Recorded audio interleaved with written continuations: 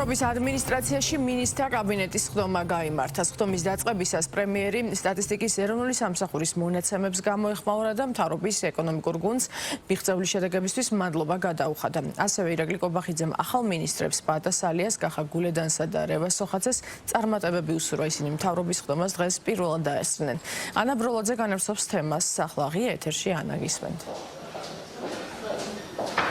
თავი საკითხი, რომელზეც ირაკლი კობახიძემ გაამახვილა ყურადღება, არის აკსტატის მონაცემები, რომლის მიხედვითაც ეკონომიკური ზრდის მაჩვენებელი მარტის თვეში შეადგენს 9%. ზოგადად ყველა პარამეტრით პრემიერ-მინისტრის განცხადებით ქვეყანაში არის გაუმჯობესებული მდგომარეობა.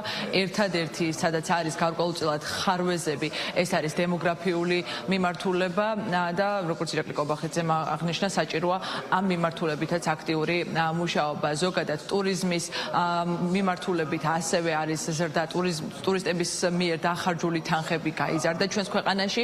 ტურიზმი არის ეკონომიკური მაჩვენებლების გაუმჯობესების ერთ-ერთი მთავარი მიმართულება.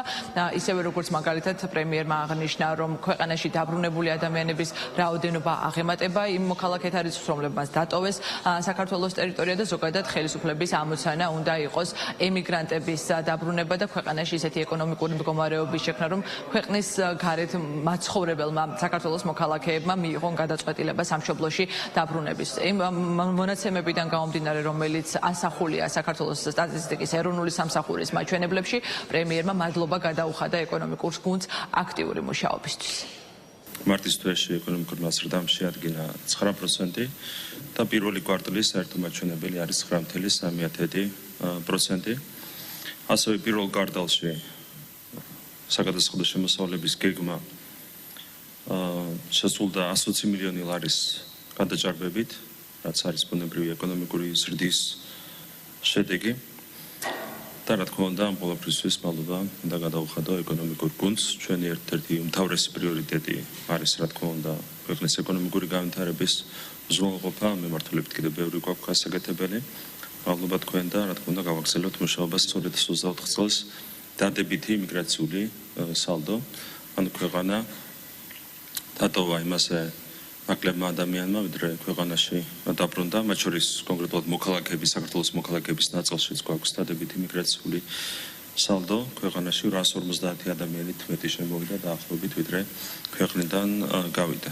რა თქმა უნდა, ჩვენი ამოცანაა, რომ მაქსიმალურად დავაბრუნოთ ჩვენი ემიგრანტები ჩვენს ქვეყანაში და ამ კუთხითაც მნიშვნელოვანია ბუნებრივი ეკონომიკური ზრდის მაღალი ტემპის შენარჩუნება. ტურიზმის სფეროშიც გვაქვს კარგი მონაცემები, საერთაშორისო ვიზიტორების დანახარჯები 8.3%-ით გაიზარდა ამ წლის პირველ კვარტალში, შარშემთხვევით პირველ კვარტალთან შედარებით.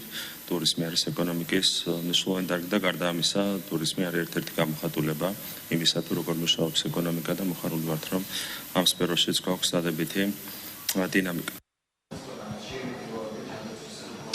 ეკონომიკური გუნდის გარდა დღეს პრემიერ-მინისტრის მადლობა დაიმსახურა შინაგან საქმეთა მინისტრმა ირაკლი კობახიძის განცხადებით, ის რომ ქვეყანაში ეკონომიკური ზრდა არის და სტაბილური განვითარება, ეს დამოკიდებულია მათ შორის ქვეყნის შიგნით არსებულ 7 ვითარებაზე, რასაც პასუხისმგებელი არის ბუნებრივია ძალოვანი უწყება.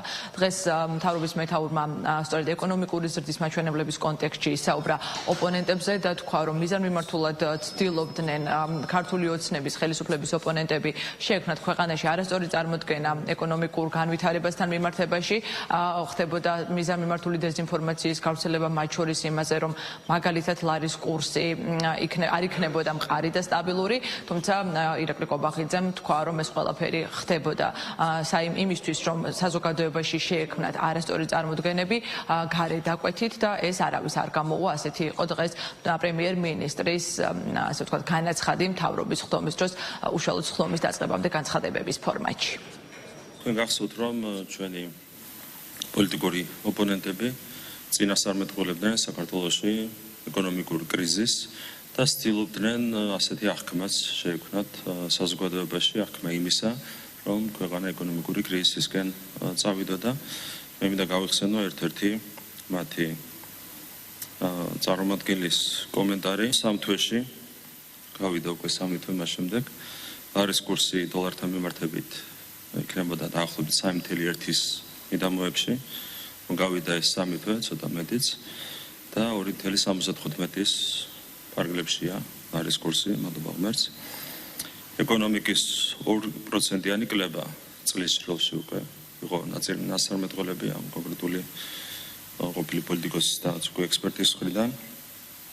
და როგორც უკვე ითქვა, პირველ კვარტალში გვაქვს ჩვენ 9.3% ეკონომიკური ზრდა.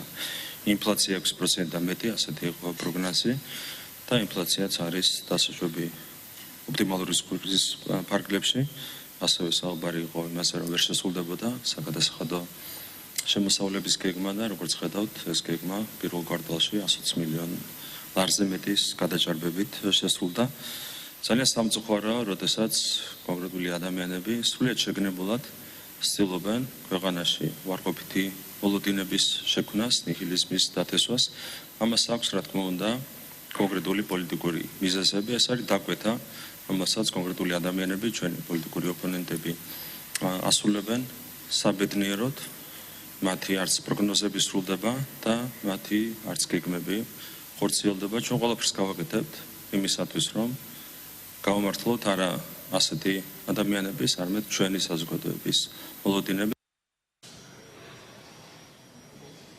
იქიდან გამომდინარე, რომ მთავრობის ხდომაზე ერთ-ერთი მთავარი თემა იყო სწორედ ეკონომიკური პარამეტრები და მაჩვენებლები. ხდომის დასრულების შემდგომ უკვე ველოდებით მედიასთან ვიცე-პრემიერს ლევან დავითაშვილს, რომელიც თავისი პროფილით და თავისი მიმართულებით უპასუხებს ჟურნალისტების შეკითხვებს.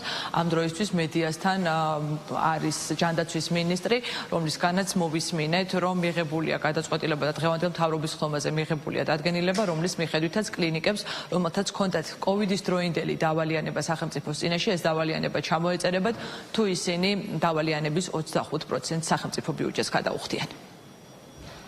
მადლობთ ანა ბროლაძე საუბრობდა მთავრობის ადმინისტრაციიდან.